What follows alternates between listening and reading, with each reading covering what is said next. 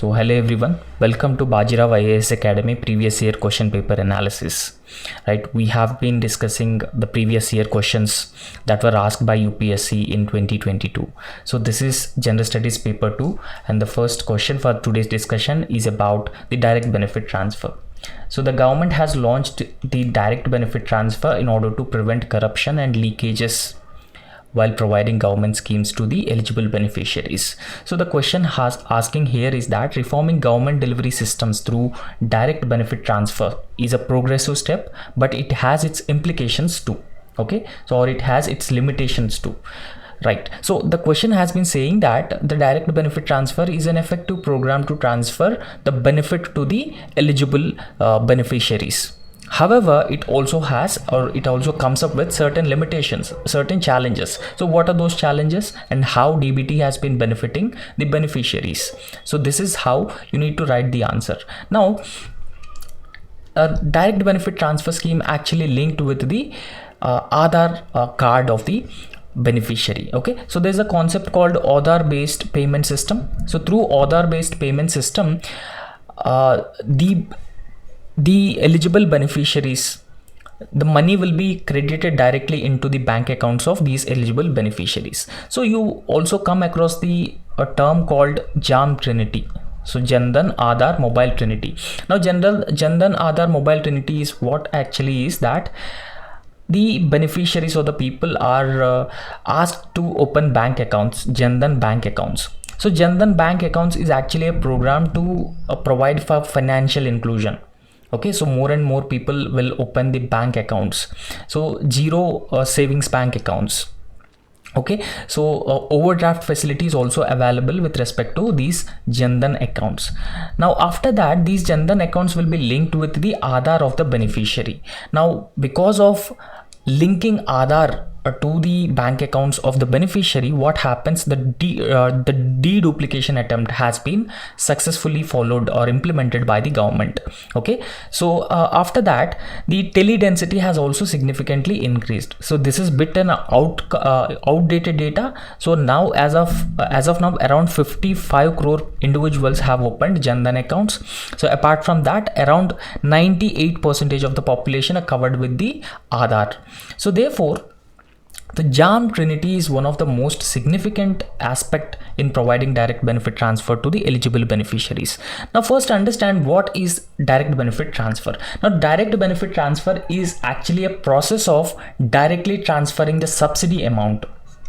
If there is a certain subsidy amount, then that particular subsidy amount will be directly transferred into the bank accounts of the eligible beneficiaries. Okay, so this is how you have to define the direct benefit transfer. Secondly, when this DBT was introduced, so it was introduced in 1st January 2013 with the main aim. Okay, what is its main aim? So the main aim is improving the government's delivery system. And apart from that, it will also redesign the existing procedure in welfare schemes while making funds to the eligible beneficiaries. Okay, so therefore, it makes sure that the funds will be transferred to the beneficiaries and information will also be delivered in a faster, secure manner. Okay, so the cost of transferring funds to these eligible beneficiaries will also significantly reduced through the direct benefit transfer. Now what is the process or the procedure of direct benefit transfer? So generally what happens that first step in direct benefit transfer is digitizing the beneficiaries database, beneficiaries Aadhaar number, beneficiaries bank account number, everything will be digitized in the first step. Okay, so bringing the details of the beneficiaries to the IT platform. And in the second step, Aadhaar enrollment had to be taken place. Now, because of the enrollment of the beneficiaries having an Aadhaar number will make sure that the duplication will be prevented. So the third step will be bringing unbanked population in the banking purview through the opening of bank accounts. They are Jan Dhan bank accounts. And this is part of the financial inclusion plan. And the next step would be Aadhaar seeding in database bank account. Now Aadhaar seeding generally means that whatever Aadhaar number you have will be linked with your bank account. This is called as Aadhaar seeding. And Aadhaar seeding is very important, that the government will directly credit the money into the beneficiary's bank account. So the last step would be last mile delivery. In last mile delivery, what happens was delivering the benefits till the last mile through banking correspondent networks. So we all know about the banking correspondents. So banking correspondents generally work in unbanked areas, providing services, banking services to the people who otherwise lack the banking facilities. So this is what is called as banking correspondent, and this is how the process of direct benefit transfer actually takes place. So now, what are the ways in which DBT has been transforming governance delivery system or delivery of governance in India? So DBT holds certain advantages. So those advantages include expanding the coverage of the services which are provided. For example, when a DBT has been made mandatory for few schemes, the money is directly credited into the bank account. Okay, so there's no chance for the corruption. Now earlier, those people who are otherwise unbanked will also be covered under the banking facilities through Jan Dhan Yojana bank accounts. Okay, so because of this reason, the coverage of services are further expanded. Secondly, we need to talk about instant and easy money transfer is possible through the direct benefit transfer. So earlier, in order to make sure that the welfare schemes are reached to the eligible beneficiary, it will take certain time. Okay, so however, with the DBT, the benefits are transferred directly into the beneficiaries with a lesser time. Okay, so it is known as instant and easy money transfer to the eligible beneficiaries. So after that, DBT has not just allowed all rural and urban households to be uniquely linked to varied government schemes. So okay, so in order to receive various subsidies, for example, we need to talk about the LPG subsidies. So government provide a certain amount of LPG subsidy to the eligible beneficiaries. Now LPG subsidies will also be transferred into the beneficiaries through the direct benefit transfer, both women of rural and urban areas. Okay, so this helps in transferring money with ease.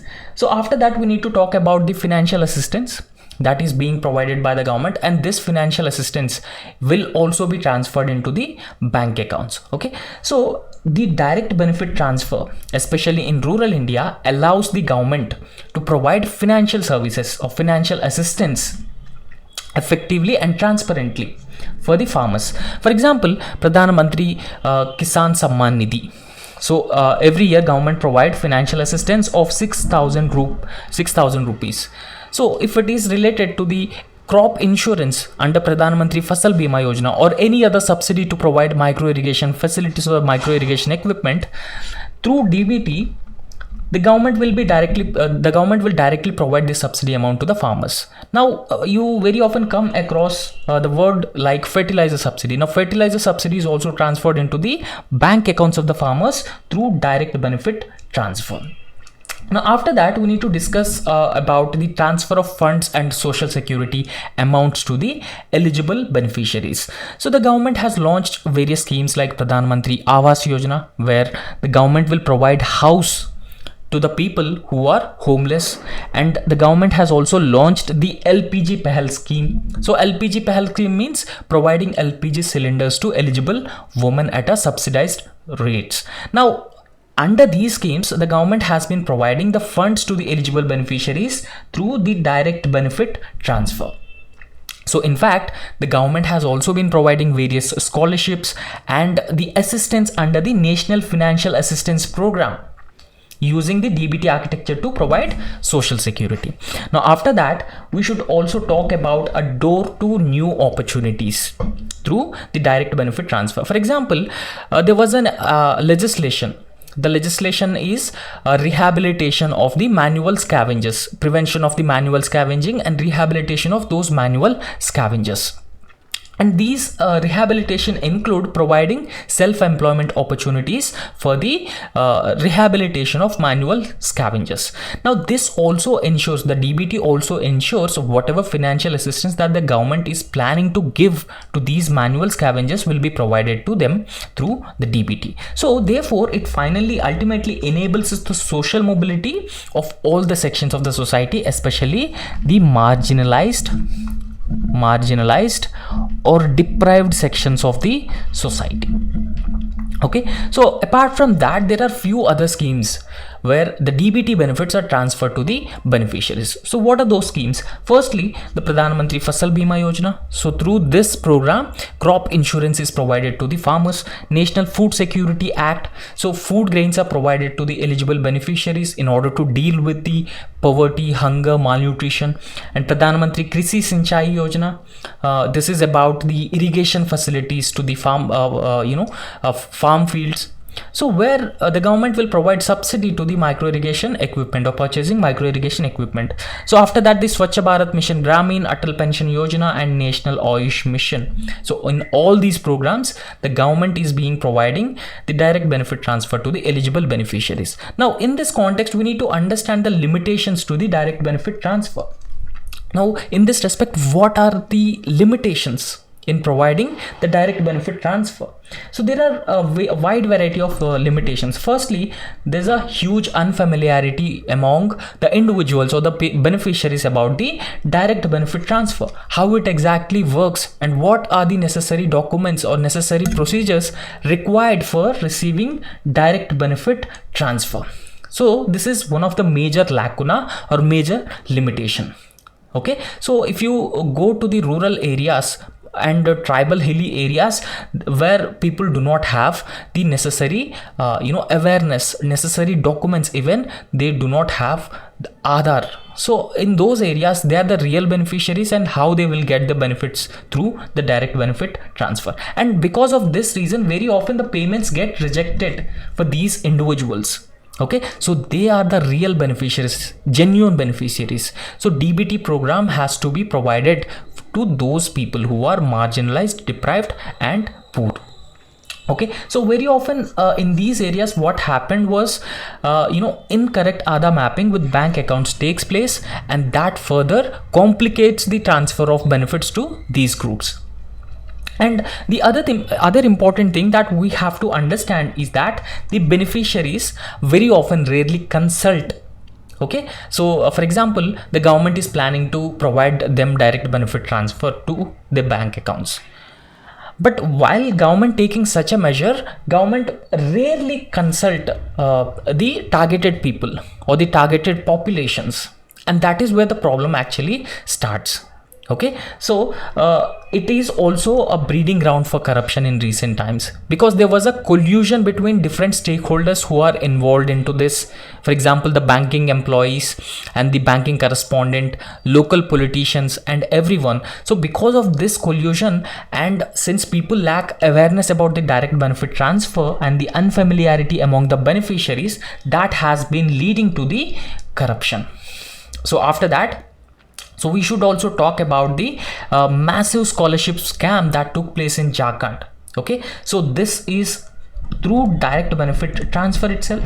Okay, this scholarship scam in Jharkhand that took place because of the direct benefit transfer, misuse or people lack of awareness. So in this scholarship scam, many poor students were actually deprived of their scholarships owing to there was a nexus of intermediaries, government officials, banking correspondents and others. Now, so the next major limitation with the DBT is inadequate rural banking. The banking penetration into these rural areas is very poor. Now, if you take this into perspective, only 14.6 bank branches for 1 lakh rural adults or 1 lakh adults in India. So you can imagine so how the poor penetration of the banking system in India. So even if there are banking branches in these rural areas, very often they are short staffed and they tend to be overcrowded. Okay, so they get overcrowded and they are short staffed. So because of this reason, they provide inefficient services. And accessing banks in these rural areas very often leads to the loss of 1 wage a day for the worker. Now, when worker is going to a bank and the bank tends to be overcrowded, then he would not, complete his work on a time-bound manner. So therefore, he would lose at least 1 wage day. So that 1 wage day is also very significant for these rural workers. So therefore, People will also spend money on the transportation and even to access the funds or withdraw funds or payment or subsidies.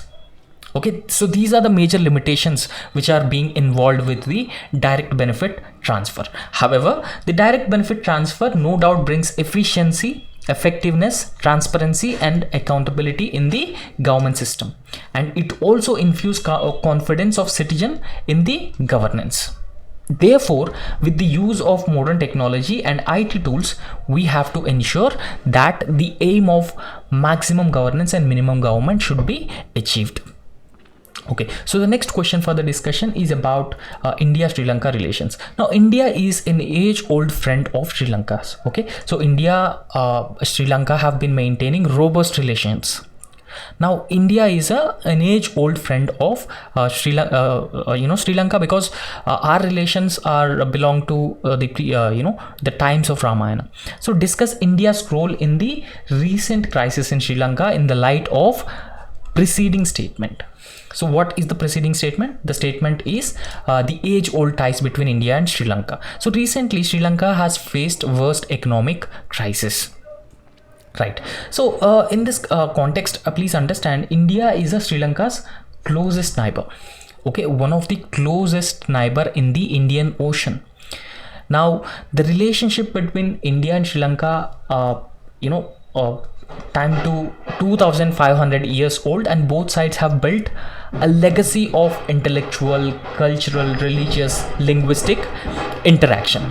Okay, so in recent years, the relationship has been marked by a close contact at the highest political level and even growing trade and investment, and cooperation in the fields of development, education, culture, defense, as well as broad understanding of major issues of international interest.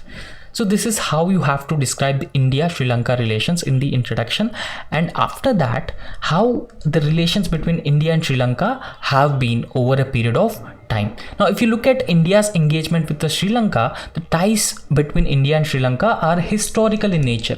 Historical in the sense that we have a long history of cultural, religious and trade ties, and that very often date back to ancient times.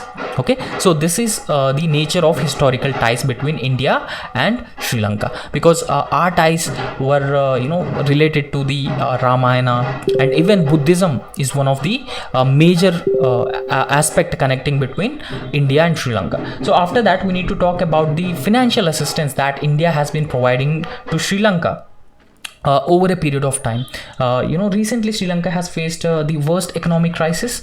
So because of this worst economic crisis, India had provided around 4 billion worth of aid to the Sri Lanka, okay, during the unprecedented economic crisis. So this was crucial for the country to survive the economic crisis. Now after that, we have to talk about the role India had for debt restructuring.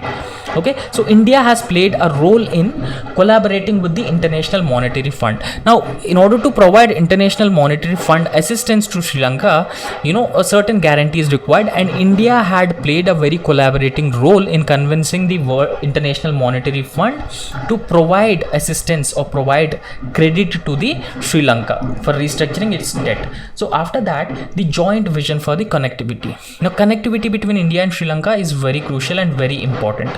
So in this regard, both India and Sri Lanka have a joint vision. Okay, so both countries have agreed on a joint vision. So that particularly emphasizes on comprehensive connectivity. Okay, so the comprehensive connectivity will involve the people-to-people ties, and the marine shipping, commercial shipping, everything. Okay, so that involves people-to-people connectivity, renewable energy generation and renewable energy supply, cooperation, logistics, port connectivity, and grid connectivity for electricity trade. So since it is an island nation, so energy is very crucial for Sri Lanka. Now India has been providing energy supplies, even executing the renewable energy projects in Sri Lanka. Now after that, the regional and Indian Ocean context is very important. So because of the emerging Indo-Pacific construct, the role of Sri Lanka in the middle of the Indian Ocean has been significantly increasing. Now its geopolitical influence has been, its geopolitical significance has been increasing at the global scale. Because of this reason, China has been competing with India to establish its influence in Sri Lanka. So therefore, in this context, both India and Sri Lanka are very significant in Indian Ocean countries. So therefore, the relations between these two countries are viewed in a broader regional and Indian Ocean context. So after that, India's involvement in renewable energy projects should also be talked. So as I have already told you that energy is very crucial for Sri Lanka, India had launched certain renewable energy generation projects. So some Indian companies have been developing renewable energy projects in northeast of Sri Lanka. That includes growing collaboration in the energy sector. Right. So in this context, how India has helped Sri Lanka during its economic crisis 2022. So the question itself says that Sri Lanka had faced worst economic crisis. So worst economic crisis is primarily caused by shortage of foreign exchange. Why shortage of foreign exchange? Because Sri Lankan Sri Lankan economy is mostly dependent on tourism and also crucial exports like coffee. So both were hit by the COVID-19 pandemic. And that led to the serious shortage of foreign exchange. And that further results in lengthy power cuts and price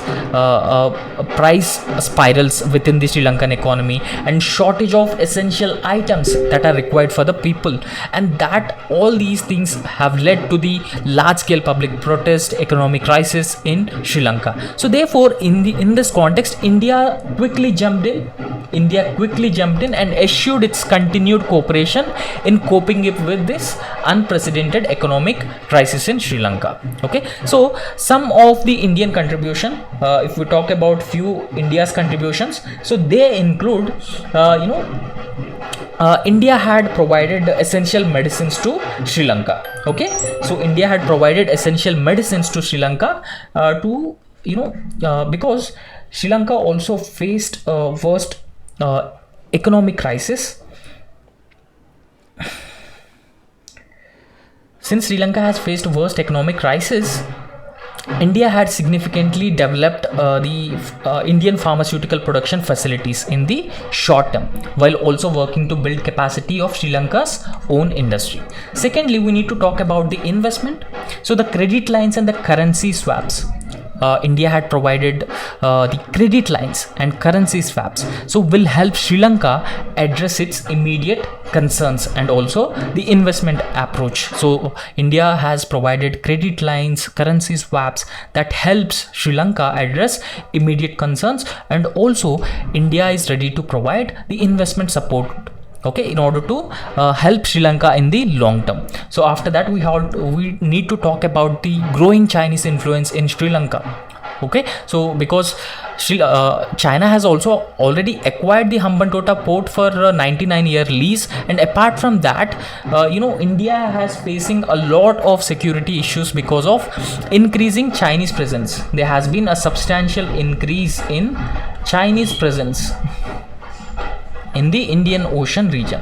So because of this reason, India also planning to counter China. So any disillusionment in Colombo with Beijing eases India's effort to keep Sri Lanka archipelago out of China's string of pearls. So China has launched the string of pearls strategy. So string of pearls strategy says that it is a strategic encirclement of India. Okay, so for example, in Pakistan, China has Gwadar port, and even in Maldives with the regime change, Chinese influence would further increase. And in Sri Lanka also, China has a Hambantota port, and the other port in Myanmar and Bangladesh also, Chinese influence has been significantly increasing. So therefore, it has been strategically encircling India through the string of pearls policy in the Indo-Pacific.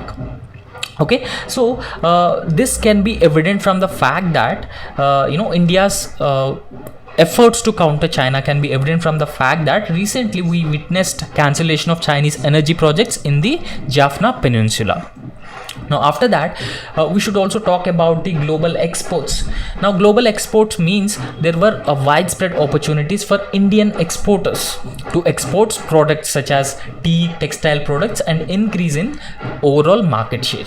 So in when it comes to the defense cooperation, since because of the Indo-Pacific geostrategic construct, the role of the security aspect, the security dimension of India-Sri Lanka relation has also gaining prominence. Now in this context, India has been offering free floating dock facility and door near reconnaissance aircraft to Sri Lanka. So India has also provided a comprehensive training team. So this will further help boost the security in the Indian Ocean region. So the infrastructure creation. So when we talk about the infrastructure creation, so India helps Sri Lanka with the view that long-term development, capacity building of Sri Lanka, because that serves not just Sri Lanka's infrastructure needs, but that will also help generate a lot of goodwill among the people of Sri Lanka towards India. So this is part of India's efforts to further improve India's soft power credentials. So therefore India has a major role in infrastructure creation in Sri Lanka, and this can be evident from the fact that there were recent renewable energy projects in Mannar and Ponerain port development also. So we have been cooperating with like-minded nations like Japan in providing infrastructure to countries like Sri Lanka. Now, what should be the way forward? How we can move forward so that we can improve our ties or relations with Sri Lanka? So firstly, we need to talk about the economic cooperation aspect. So economic cooperation, both countries, they can work towards reducing the trade imbalances. In case if we have a trade imbalance, we should work in and reduce the trade imbalances, and we should work on to promote the greater economic cooperation and economic engagement. So therefore in this context, we need to identify certain areas. So those areas where we have the complementary interests and fostering investments in those complementary areas will lead to mutually beneficial outcomes. Secondly, we need to talk about strengthening the security cooperation. So collaborating on security matters, collaboration in the security matters, and even the intelligence sharing about the maritime piracy or terrorism is also very important. So therefore that could help in addressing the common threats between India and Sri Lanka and further strengthen the trust between these two nations. Now addressing the Tamil ethnic issue. Tamil ethnic issue is one of the long-standing issues between India and Sri Lanka. So India's long-standing demand is actually providing a better implementation of 11th Constitutional Amendment Act, where the Tamil ethnic community will be given certain incentives. So certain concessions in the political and economic system. So therefore India is continue to engage with Sri Lanka to ensure that the welfare and rights of the Tamil community are respected and protected. And in fact, India has also been constructing several projects, high impact community development projects in those areas where Tamil ethnic community have been living. So therefore, supporting ethnic efforts for ethnic reconciliation and devolution of more powers to the Tamil ethnic community is crucial in promoting stability and further strengthening the relations between India and Sri Lanka. So after that, we should also talk about the very important angle in the India-Sri Lanka relations, that is people-to-people connectivity. Now encouraging cultural exchanges, tourism and educational ties, they foster a great people-to-people connectivity, and it will also result in greater understanding, generation of goodwill towards each other, and it will also help further India's soft power ambitions. So this is how you have to write this answer, so covering all the parts. Now the next question that we are going to discuss is about the Bay of Bengal initiative for multi-sectoral technical and economic cooperation, right? So all the South Asian countries have established SAARC grouping, South Asian Association for Regional Cooperation. So however, because of various reasons like the nationalism aspect and India's dominance in the SAARC and India-Pakistan conflict and secessionism, and mutual suspicions among these member countries of SAARC were led to the ineffectiveness or poor functioning of the SAARC. So despite establishing SAARC for the regional cooperation in the South Asian region, it is one of the least integrated regions in the world. So therefore, in this context, the question has been asking that, do you think that BIMSTEC is a parallel organization like South Asian Association for Regional Cooperation? Now in this context, what are the similarities and dissimilarities between these two organizations? So how are Indian foreign policy objectives are being realized by forming this new organization? Okay, so through BIMSTEC, how foreign policy goals, foreign policy objectives can be achieved? So this is what the question has been asking.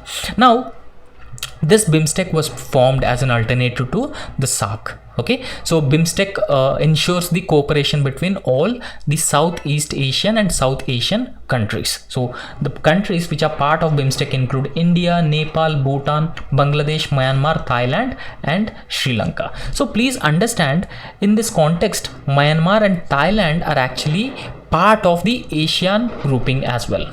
So therefore, we can effectively say that BIMSTEC is actually a bridge between SAARC and ASEAN grouping. So ASEAN is one of the most successful organization. So in fact,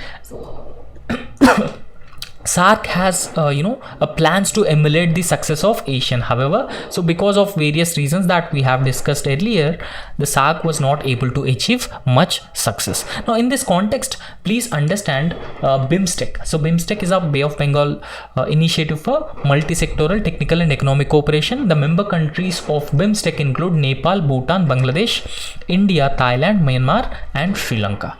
So in this context, what are the major objectives of BIMSTEC? So what are the major things that BIMSTEC wanted to achieve? So it wanted to ensure that they will be it enable environment for rapid economic development. This is the first objective. Second objective is foster collaboration and mutually assist each other on matters which are related to common interest. And this BIMSTEC also focused on maintaining close and beneficial cooperation with the existing international and regional organizations, so that it is very important that this organization will maintain better ties with all these countries. So to endeavor eradicate poverty from the Bay of Bengal region and to establish the multi-dimensional connectivity and promote synergy among the connectivity frameworks in the region. So these are the major objectives of the BIMSTEC. Now in this context, so the first, when you write the introduction for this question, so write in this manner. So the main objectives of the SAARC grouping are actually regional cooperation. Okay, so regional cooperation is actually the foundation of the establishing of SAARC. So for the further cause of peace, progress and stability in the region is the main objective of SAARC. So however, when we talk about the BIMSTEC, the major objective is not the regional cooperation. Okay, so the major objective of BIMSTEC is to promote active collaboration and mutual assistance on matters of common interest in the economic, social, technical and scientific fields. Primarily, if you talk about the BIMSTEC, it mainly focuses on economic cooperation between these member countries. Economic cooperation between these member countries. So this is the major objective. Now in this context, does BIMSTEC is a parallel organization like South Asian Association for Regional Cooperation? So we generally says that it is not a parallel organization. Why? Because now SAARC has progressed so much. So in the sense that over the last 30 years, so there were a wide range of mechanisms that were created within the SAARC. For example, the SAARC University, SAARC Satellite. Okay, so everything was planned under SAARC. In fact, agriculture, space research, remote sensing. So everything has progressed. So because of this reason, we cannot say that BIMSTEC is a parallel organization like a SAARC. And secondly, SAARC is our window towards West Asia. Okay, so why we say that it is a window towards West Asia? Because in SAARC, Pakistan and Afghanistan are already members. Since they are already members, they can be an active link for India to West Asia. Okay, so all the West Asian countries. So West Asia is geopolitically and geostrategically very important for India. Okay, so therefore in this context we can say that SAARC is a window towards West Asia. So India already had the policies like programs like Look West, and also Central Asian policy, a separate Central Asian policy. So in this context it is very important for India to successfully pursue its Look West policy. So after that, the South Asian identity is also important, because the entire process of regionalization of the South Asian subcontinent has happened because of the SAARC. So in fact, SAARC can be called as a failure, but regionalization of South Asia happened because of the SAARC. The next thing is that the South Asian region covers roughly just around 4% of the land area. But if you compare the population of different regions, it alone contributes to around 21% of the global population. So therefore, in this respect, these countries therefore closely tied, a socio-political state. So because they have been facing a similar threats: insurgency, terrorism, left-wing extremism, everything. Not just those internal security issues, but also they are facing poverty, hunger, malnutrition, unemployment, lack of economic growth, and people are not able to enjoy the better living conditions. Okay, so therefore in this context we can say that BIMSTEC is not a parallel organization to the SAARC. Rather, BIMSTEC is a bridge between SAARC and ASEAN. Okay, so next, what are the similarities between SAARC and BIMSTEC? Now, when we look at the similarities between these two groups, both are working for the regional stability. Okay, so the major objective is regional stability and also pursuing socio-economic development of the South Asian region and also overall Asia. And after that, India, which is actually called as a geopolitical superpower, or it has been its influence has been significantly increasing at the global arena, is common in both SAARC and BIMSTEC groupings. So therefore it helps in voicing the key concerns of these groupings and the countries at the global scale, particularly at the United Nations or any other international platform. And we should also talk about the multilateral institution nature of these groupings. Okay, so that further facilitate the regional cooperation to overcome the divide between South and Southeast Asia. Now we should also talk about the increasing interference between increasing interference of China in both these groupings, both SAARC and BIMSTEC. So it is common to all members of both the groups. Now, when we talk about the dissimilarities between SAARC and BIMSTEC, there are a number of dissimilarities. So these dissimilarities include the member countries of BIMSTEC, they lack common identity and common history. For example, if you look at the countries in SAARC, they have a common identity and common history.